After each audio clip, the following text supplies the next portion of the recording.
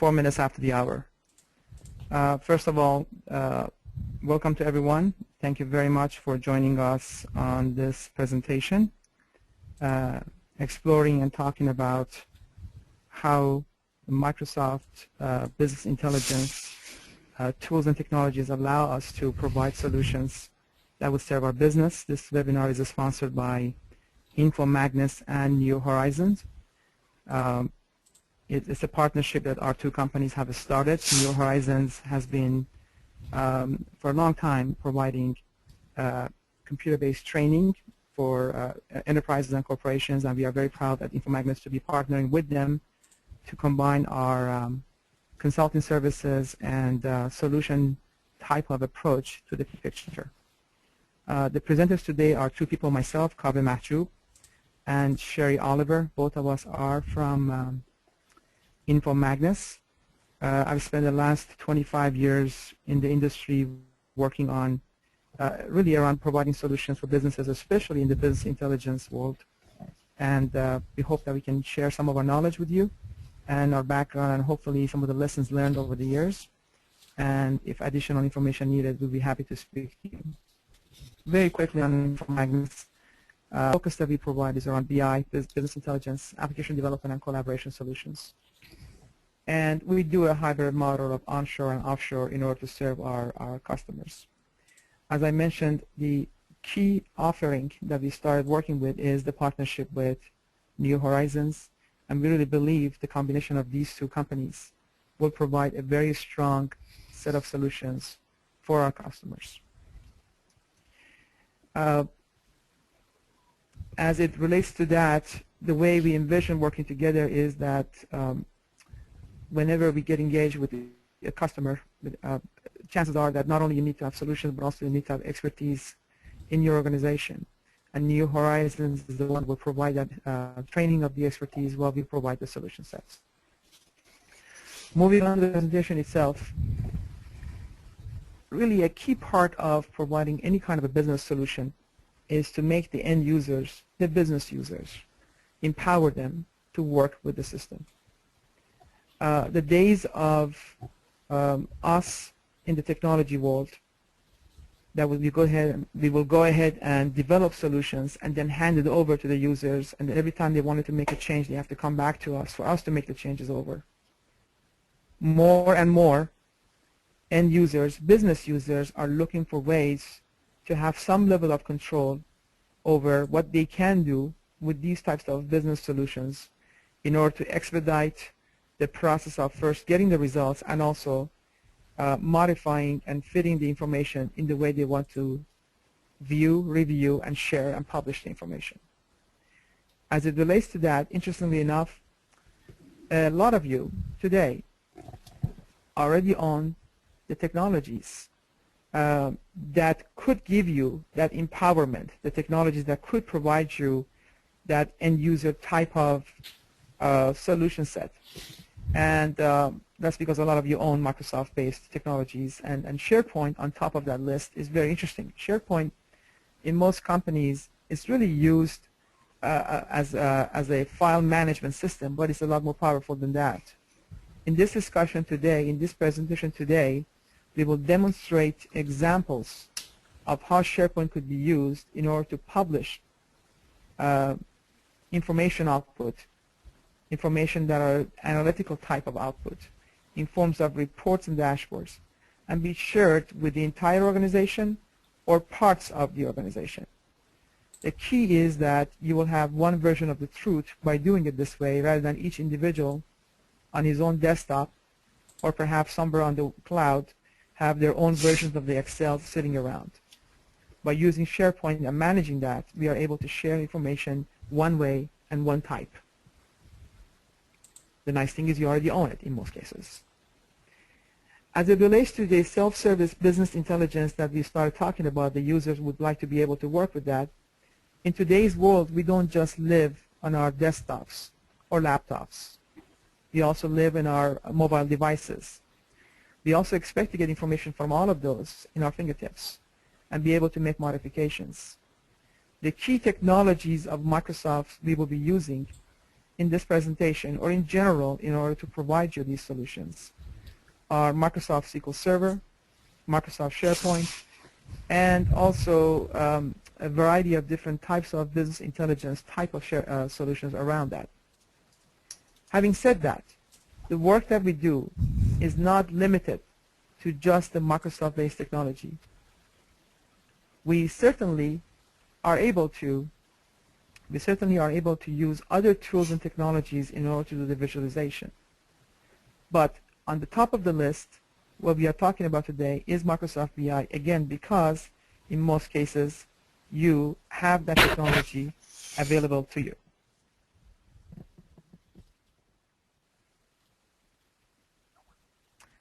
So this example that I'm showing you, which is an ERP system, a very large system called SAP, enables us to get and gather information from the SAP system and bring it to the world of Microsoft in forms of dashboards, charts, gauges, living in the SharePoint environment. Whether you are using SAP, Oracle, or for that matter, Great Plains Dynamics, or any other ERP system, that is really not of much of a concern. The point being that we are able to collect, transform the information, prepare the information, and then at that point analyze and present and publish it to the business community and allow them to a certain level manage the information as they see it. So in that regards, we will be using the example over here is trying to indicate that. For more detailed type of information gathering and publishing, naturally we will be using a report writer or a reporting system. And in this world, Microsoft SQL Server reporting services as well as the Power View are the two type of technologies we use in order to provide detailed information, detailed reporting. I mention these technologies only because if you think of a house that you're building, you have a series of basics, you have a series of pieces of the puzzle as you're building a Lego that you have to put together in order to show the outcome. The raw material in this case are the tools and technologies that we are using, and really the information that we try to bring on will be the content and the look and feel of what's going to be presented at the end. With that in mind, what I'd like to do is to switch the presentation mode to Sherry, that she could walk us through a couple of examples. And let's see, Anthony, to do so, I guess Sherry is already in the panelist. Sherry, can you share your screen, please?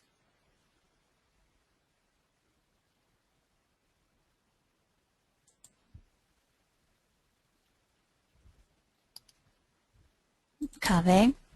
Yes. Okay. Can you see the dashboard here? Yes, we can. Please go ahead. All right. Hello, everyone.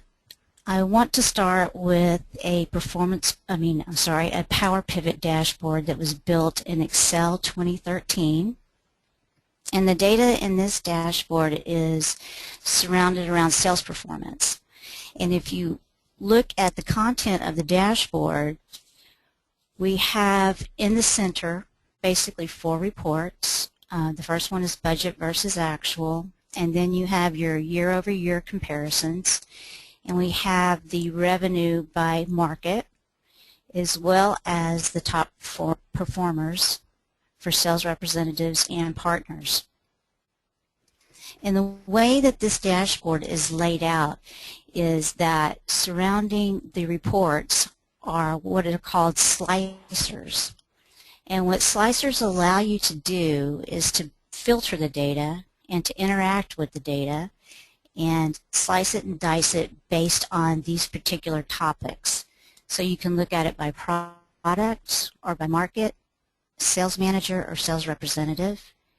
And we also have a timeline up here, which allows you to shift the time periods as well. So for example, if we want to demonstrate these slicers, we can select just product 1, and you're going to see every report adjust accordingly. So you see your budget versus actual and your year over year, and as well as the other 2 reports. Now you can select multiple items within the slicers. So if we wanted to see product 1 and product 2, that's an option as well. And these slicers are interactive. We can drill down on products 1 and 2, looking at just the new markets. And obviously here, if you look at the revenue by market focus, it's just new market because we only selected one. Now if we decide to go with another market as well, everything updates. If you would like to clear the slicers, it's as simple as removing the filter, the red X. And the other thing that I would like to show you as far as interacting with the report is the timeline up here. You can select it by time periods. We have years, quarters, months, all the way down to the day. So if we change this to quarters, and let's say we simply wanted to see Q4 for 2013, once again, everything is updated immediately. You see only those months that are in Q4. And you can drag these timelines to include additional periods if you like, and then go up to a higher time frame, say for instance the years. Now what these reports allow us to see in this particular dashboard, once again we said budget versus actual, so you see how you're trending to your forecast, your year-over-year comparisons by month. How are you breaking out into the markets? Where is your primary market share is in mid-size. And then your top 5 performers. So you can also expand this to top 10 or top 25, whatever is important to you. In addition to the dashboard, we've created some detail reports. And this is all, once again, using the Power Pivot technology in Excel 2013. So it allows you to bring in multiple sets of data from different sources, different and various sources, mash them up, combine them together to get additional information. Okay, so here are some more of our detail reports, segment report, a product summary, and a salesperson report. So this is more of your traditional looking Excel. Pivot table, drill down, hierarchies, and then when you come back to your dashboard, this is where we combine traditional Excel with Power Pivot. Now I'm going to take a look real quick.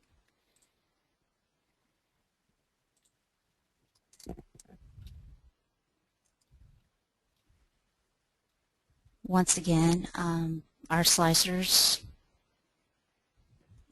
interact with the data here. We can also select by sales manager if you like.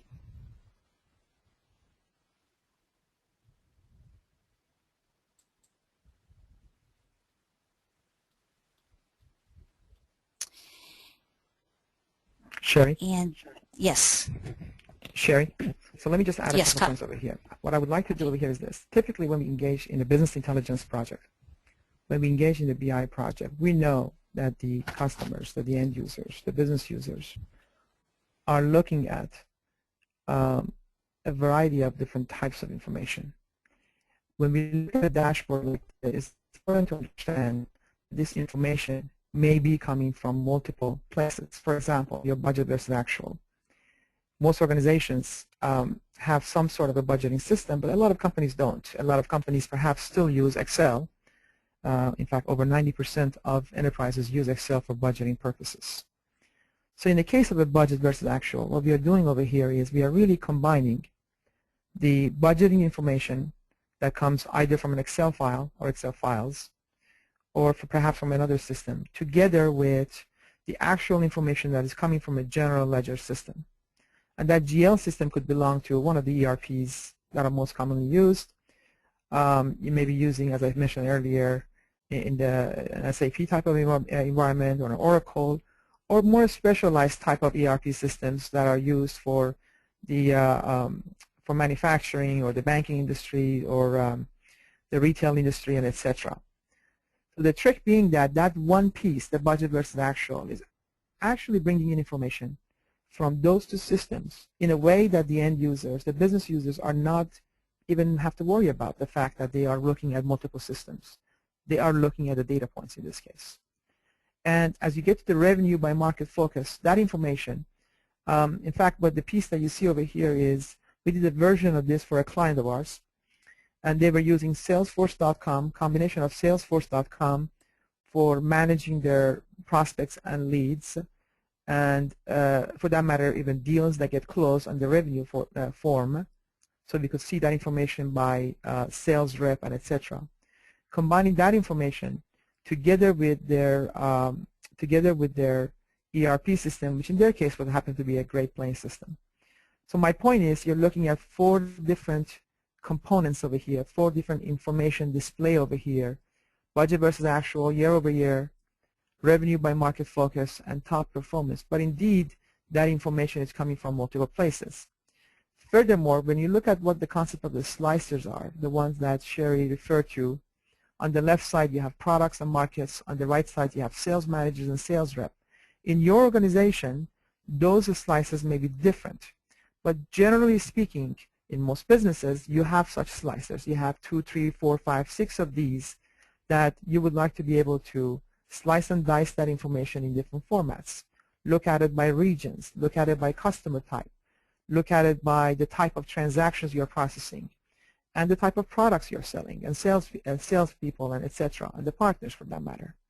So the nice thing about this one dashboard that looks very simple on the eyes is that it has collected that information from those systems using the technology that people know, at least from a look and feel basis, and that is Excel, but analyze that information and place that information over here.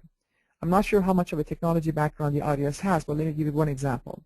What you see over here is relying on not just the front-end technology of Microsoft, it being, in this case, we are using Power Pivot technology, but also it's using Microsoft's SQL Server analysis services, which is a component of overall Microsoft SQL Server technology. So for database, data warehousing, we are using Microsoft. For ability to be able to have multi-dimensional view of the information, we are using Microsoft Analysis Services. And to view it, being able to slice and dice that information out of the cube, we are using Power Pivot. Now you have additional tabs over here, which each one of those could be a summary information that relates to the same main dashboard that we are looking at. So the team summary, for example, let's say we have 5, 10, 15 different teams, you can see that in a way we are giving you a detailed look of the same information. What I'd like you to do is, if you could zoom out for a moment from what we are showing you, think of your own business and see how your business could be related to what we are showing here. These templates that we are demonstrating would be the templates that we will go ahead and deploy to any client in order to have a starting point that will save quite a bit of time and energy up front to move on. So I just wanted to make sure that the appreciation is there, that we are looking at perhaps 3 or 4 charts, but in fact the data is being collected, analyzed, and presented from a variety of different systems. Go ahead, please, Sherry.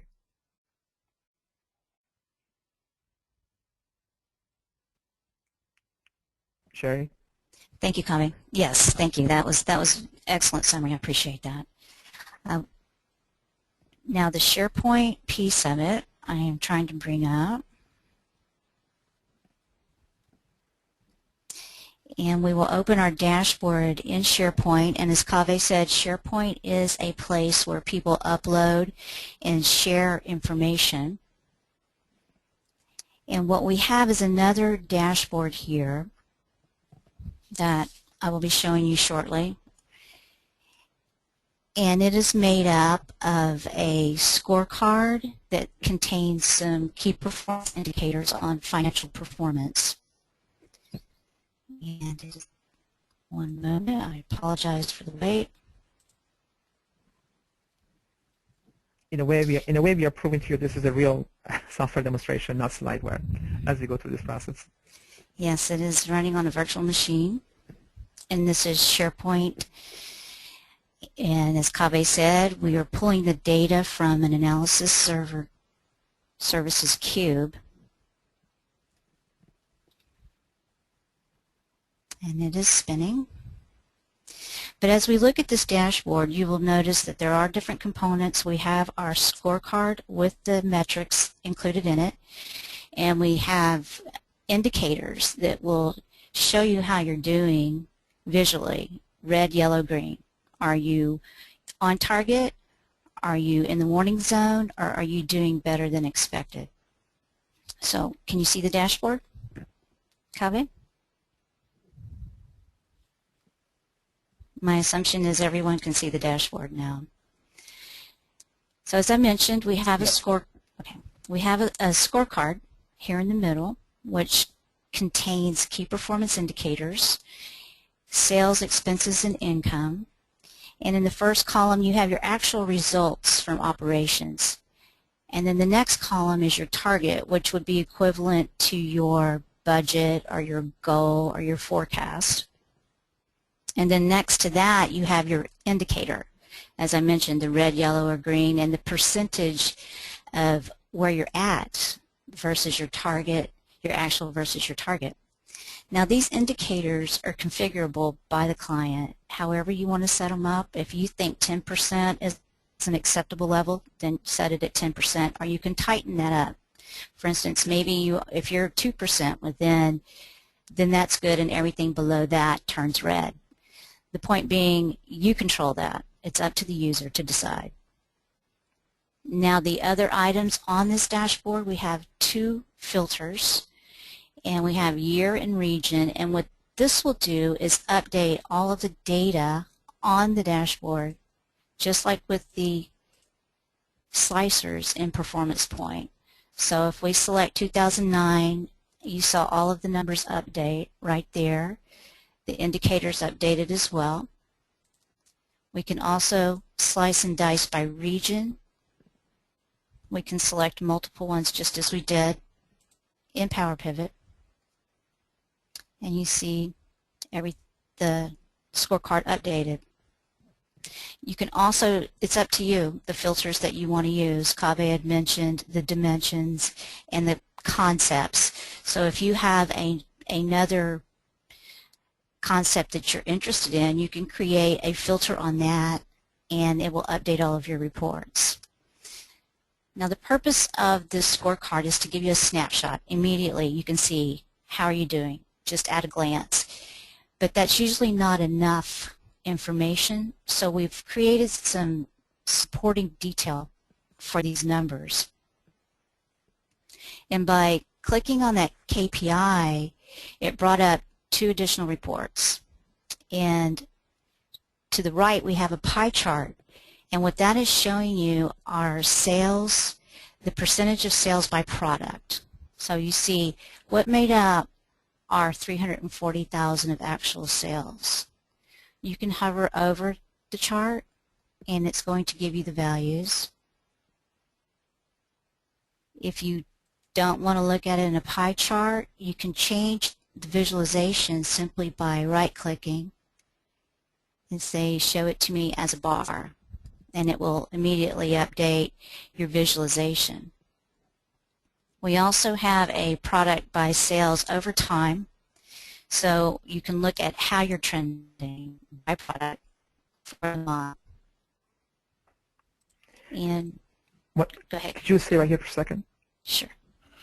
So one thing that typically a lot of our clients ask us to do that over here we haven't hooked it up to is that as they are looking at these charts, what they want to be able to do is to have an ability from the chart to go to detailed information. So as an example, right now we are showing you high level. 2011 is selected. We are looking at January to December in a line chart format for products 1, 2, 3, and 4. And that's fine, but then they come back and say, you know what, I want to see a detailed information, and that detailed information is going to be broken down by not just the region that I'm looking at, but also I want to see it specifically by the sales rep who is involved there. or by the specific product that I'm doing that. So this is where the drill down happens, that we go from here to a detailed report that will be accessible by security, so that, for example, if I'm managing the eastern region, when I click on the detail, I'm only looking at the eastern information because that's where my security area is limiting me to. And that level of detail would be easily accessible and available to hook up to any of these charts, so that we have a drill down and then drill through process defined in these outputs. Okay. I went ahead and updated the year filter as well, just to give you an idea of how every object on the dashboard will update. The last report that I'd like to show you on this dashboard is the detail behind the expenses. So as we look at our expenses here, the $250,000, it's one lump sum. If we want to drill into that, we can expand this hierarchy, and it will show you the makeup of those expenses. So you can see your cost of goods sold, your R&D, and your SG&A. And this particular hierarchy was built using a general ledger chart of accounts. So you can roll up your expenses, your revenues, however it is defined in your own chart of accounts. You can also drill back up,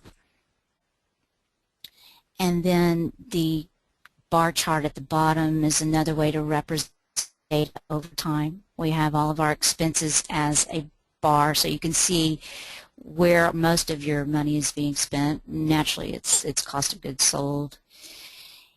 And we don't have anything associated with income right now, but you can see how easy it is to add detail to these KPIs and to control when these additional reports are displayed. You have that ability to define the visualization of that. You set those boundaries. It's like, okay, only show these sales reports when the sales KPI is enabled. Only show the expense reports when the expense KPI is enabled. And that is the overview of a dashboard using Performance Point in a SharePoint environment. And at this point, I will turn it back over to you, Kaveh, unless there's anything else you want to go over. Yeah. I think, why don't we keep this here handy, but just want to talk about a couple of more points before I go to some final remarks. We really wanted in this demonstration, we know that what we are showing you, what we are demonstrating here is fairly generic. We know as you run your business, in most cases, the type of information companies provide to the public are fairly similar in a sense of the revenue and the expense and the balance sheet and income statement and statement of cash flow and etc. And all of those types of reports and information sets, along with sales and product sales, would be what you expect to see. And really this dashboard at a very high level is showing you examples of that. But as you dive into each industry, if I'm dealing, for example, in the retail industry, then there are a series of additional types of metrics that I'm interested in. I need to know about different pricing systems that I have. I need to know my just-in-time inventory system. Do I have products to ship, to have to work with?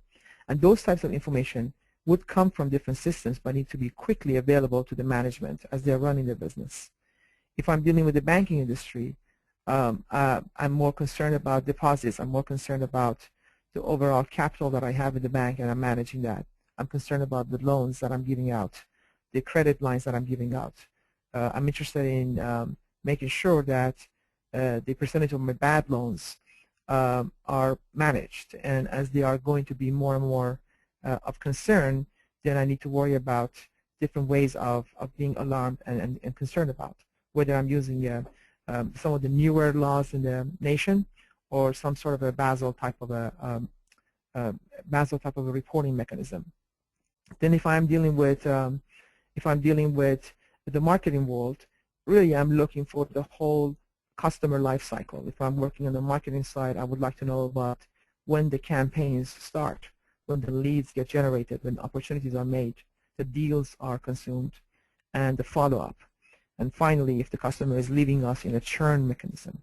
That whole cycle is what I'm interested in, because I want to know how effective my campaigns are. So each one of those industries will have its own set of requirements to work with. And by no means this demonstration is trying to minimize and trivialize those types of depth that need to be created. What is intended to do is, it is possible with today's technologies, as you all know, to come up with visualizations from the data that is easy to understand, to maneuver, to work with. And more importantly, from a timely fashion that is almost as real-time as you want it to be on a daily basis or even hourly basis. You can have updated information. And probably the best part of the whole deal is, if you are currently in your current organization, your corporation, if you are using Microsoft technology, chances are you own the technology, or the delta is fairly small. If you have an EA agreement or enterprise agreement with Microsoft, you have these tools, you're probably not even using as much as you should be. So with that in mind, between New Horizons and InfoMagnus, you will have these two organizations that can help you to get a better output and outcome out of your work. Last comment.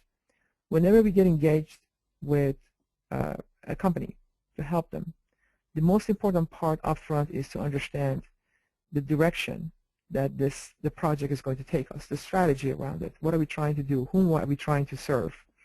If we are trying to serve the business, which side of the business? Are we trying to look at internal information, or are we trying to produce external information for our partners? So there's a series of questions up front that will determine the direction of how this solution should come about. One solution is not going to fit all, but technology-wise, the set of technologies that we work with will likely fit a lot of your needs, certainly coming from different systems. But as it comes to collection and analyzing and presentation and publishing, the same set would work fine. And that is really the typical way that we go about this. Let me figure out a way to switch to my last slide over here.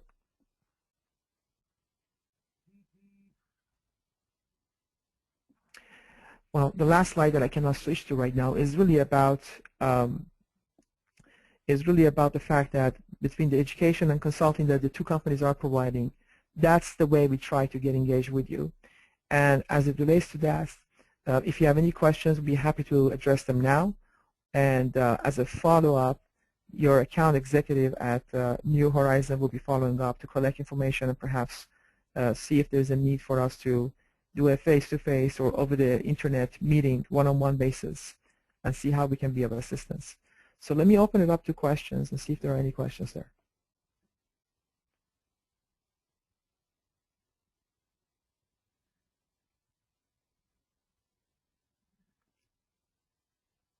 Anthony, if you're out there, I'm not quite sure if you can unmute people. Perhaps people can just type in the chat window if they have any questions. I'm monitoring the chat box, so if anyone has any questions, feel free to type them in and I can relay them. Thank you, appreciate it.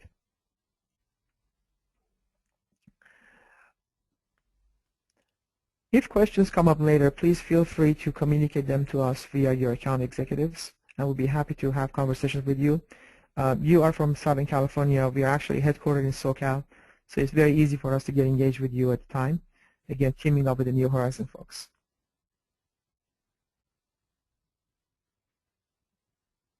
I have a question here that says, we are still using SharePoint 2010 for business information.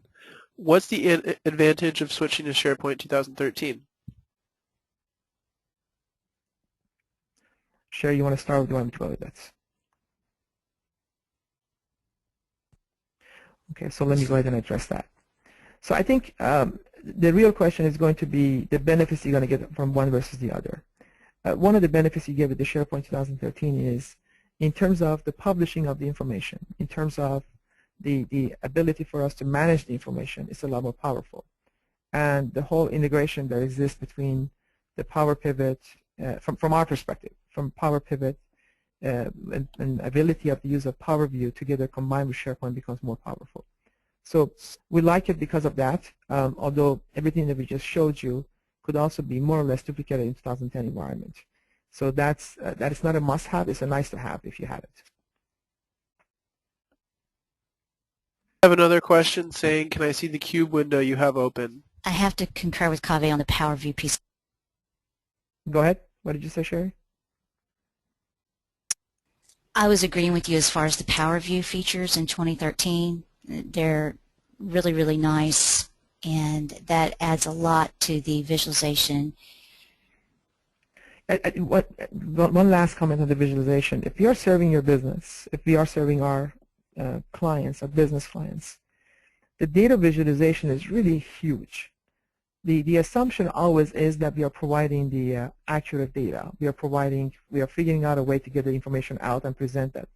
But that last touch, the last mile, which is in this case the presentation of information, makes the big difference as far as if they would begin to use the solutions or simply put it aside on the SharePoint and say, okay, I'm going to continue using my Excel, which is not secure, and that the information can easily be changed. Go ahead, Anthony. What was the next question? There was a question saying, can I see the cube window you have open?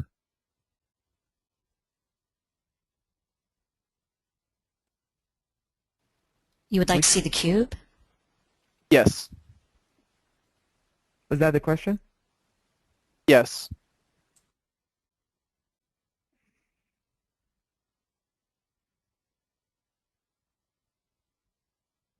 Anthony, was the question they wanted to see the cube, underlying cube behind this? Yes. Okay. Maybe we can get that at the end, because then we have to go ahead and open up the other systems. So why don't you switch to me, Sherry, if you could go ahead and see if we can open up something for us. Other questions? I have another question that says, between the three areas of your expertise from slide 2, where do you see the easiest in for us to pitch, i.e.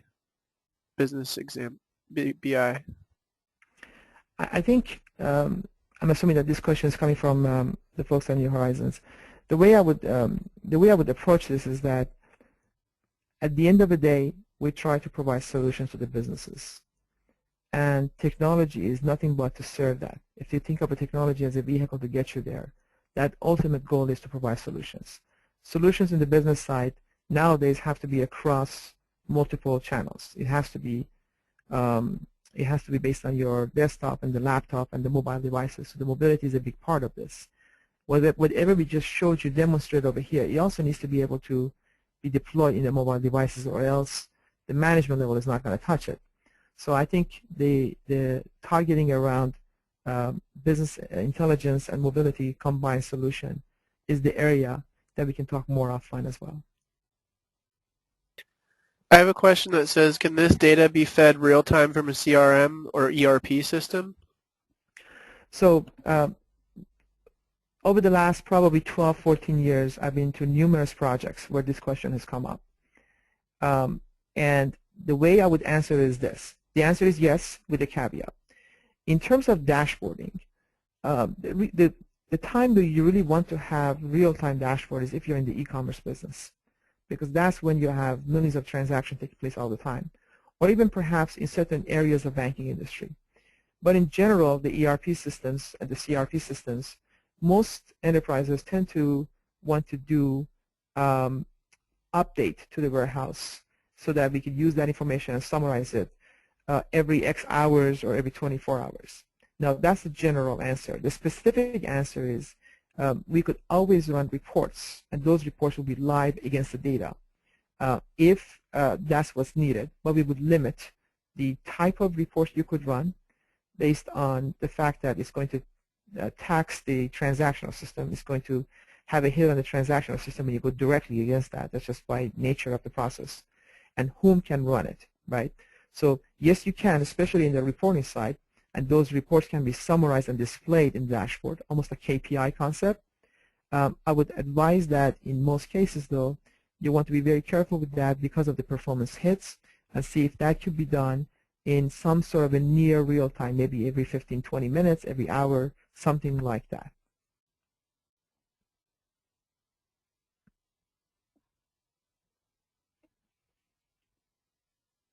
Any other questions?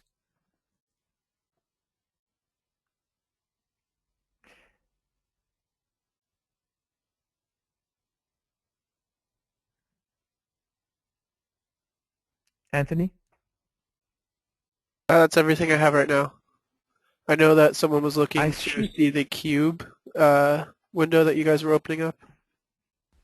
Okay. Yes, I'm working on it. I'm working on it right Okay, so Sherry's going to go ahead and open that up, and whoever is interested can stay online over the next few minutes. We're going to bring it up and running and show that. And again, first of all, I wanted to thank all of you who attended the call, and we'll keep this session running until the cube is up and running. To thank you for attending the call, and if you have any questions, please reach out or through the AEs of New Horizons. And second, I want to thank our partners, New Horizons, for helping us to put this presentation together and invite you to attend. With that in mind, thank you, and hope to talk to you soon. So Sherry, I know you're trying to open up the cube, so go ahead and do so. Yes, can you see my screen? Yes, we can. With the SQL Server Management Studio? Yes. Okay, so this is where the cube is defined, and it was named Finance. And here are the measures that we looked at. And as Kaveh said, we're not trying to oversimplify, but for demonstration purposes, this was a very simple example. We have 3 measures, and here are the dimensions. And that's how you describe the data. So we have the general ledger account, we have our date, product, region, and scenario. And scenario represents, is it actual or is it budget? So that's what's defined in the scenario. So that's how this cube was developed. We have approximately 6 dimensions, 1, 2, 3, 4, 6 dimensions and 3 measures. Would you like to see it in BIDS or in SQL Server Data Tools as opposed to SQL Server Management Studio would be my next question. There's a question that says, do you have roles defined in... Oh, sorry. Examples. Go ahead, Anthony. We have a question that says, do you have roles defined in SSAS? We certainly can define roles. Right now for this demonstration, there's one role, it's administrator, and it has full access to everything.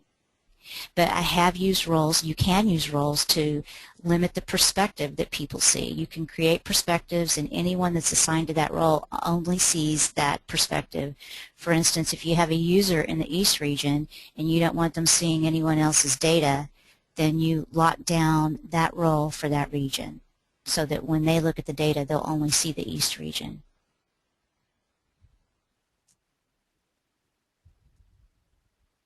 I think the answer is that in every implementation we ever do, we actually just do create the roles because of the security issues. So that's a very typical part of the implementation process that upfront we will decide on and agree upon. I have what looks like a comment. It says SS data tools ...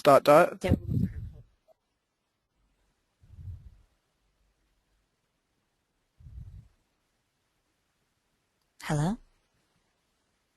Yeah, I have. It looks like a comment. It says SS data tools ... SQL Server Data Tools, and that's what I just opened up. And so he was asking about the roles. And the roles are defined right here, and I have one role, as I said, and it's administrator. It has access to everything for the purposes of this demonstration. So here's the cube structure. You can see we have our dimensions and how they're related to the fact table. Here are our dimensions. Here are the key performance indicators that we looked at. So they're created and defined here. Here's the value, here's the goal, and then here's the indicator. You know, we talked about how you can set these up. What's your range? And right now, we have it set anything that's equal to or greater than 95% of the goal is good. That's green. We set that to green. And then anything between 85 and 95 is in the warning zone. And if you fall below 85, then you're in the red zone. Now you can browse the cube in SQL Server Data Tools as well. So this may be what people were wanting to see here. And then you can look at it by date. We just look at it by year. So basically this is the cube on the back end. And we loaded the data into the cube. We modeled it in a data mart in SQL Server, and then we modeled it into a multi-dimensional database and analysis services.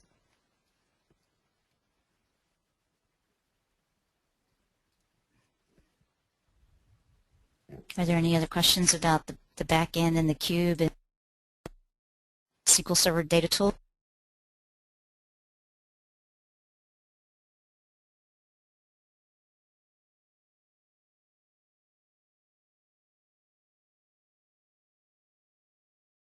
It looks like all the questions I've got.